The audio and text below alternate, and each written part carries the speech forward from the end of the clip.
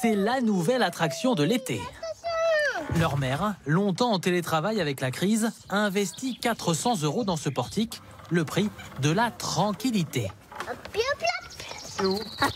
Alors, toute cette période de confinement nous a bien montré qu'il fallait occuper les enfants à la maison. Voilà, les balançoires, le toboggan et la petite cabane, tout ça, ça les occupe énormément, ça les amuse sans qu'ils aient besoin de nous, de notre présence. Donc voilà, c'est très bien.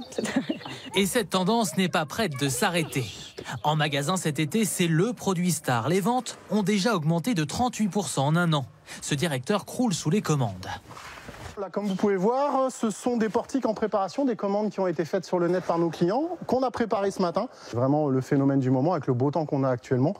Comptez 120 € et 2 heures de montage pour les modèles premier prix, avec juste une ou deux balançoires. Un petit peu plus pour les autres références. Dès que vous commencez à avoir un portique en plus, un mur d'escalade, des agrès supplémentaires, un siège bébé, tout ça, ça vient en complément. Et les meilleures ventes tournent sur des portiques à 280-300 € parce que ce sont justement les plus complets.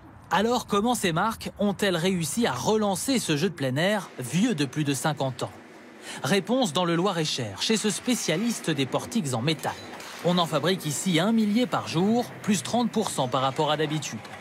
Il y a encore quelques années, l'entreprise ne travaillait qu'à partir de ces tubes en acier.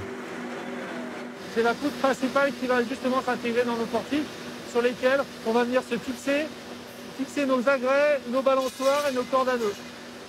Désormais, elle utilise aussi beaucoup de bois, un matériau plébiscité par les familles, car plus esthétique dans les jardins. Et on a le mix entre les deux, le métallo-bois qu'on appelle, qui nous permet d'avoir l'avantage de l'acier et l'aspect du bois. Les pièces sont ensuite systématiquement colorées et voici ce que ça donne, un portique au look bien différent de celui du tout premier modèle, version 1968. Mais la tendance ne s'arrête pas là. L'avenir du portique, ce sont maintenant ces aires de jeu de plus en plus grandes, avec une tour et beaucoup plus d'agrès. Sur Internet, on trouve même des bateaux, voire des châteaux forts.